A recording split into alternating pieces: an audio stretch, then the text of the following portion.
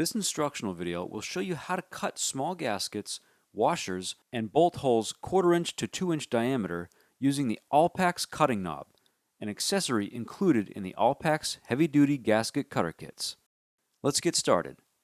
Insert pivot post with offset pin through cutter block, keeping offset pin towards cutting blade. Slide washer onto pivot post.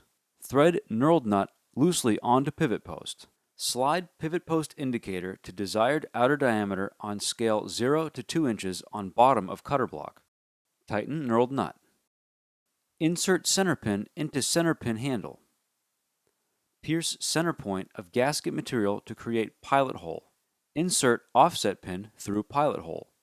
Flip gasket material over. Insert protruding offset pin into center hole on cutting knob. Loosen Allen screws on cutter block. Position cutting blade to protrude slightly beyond thickness of gasket material.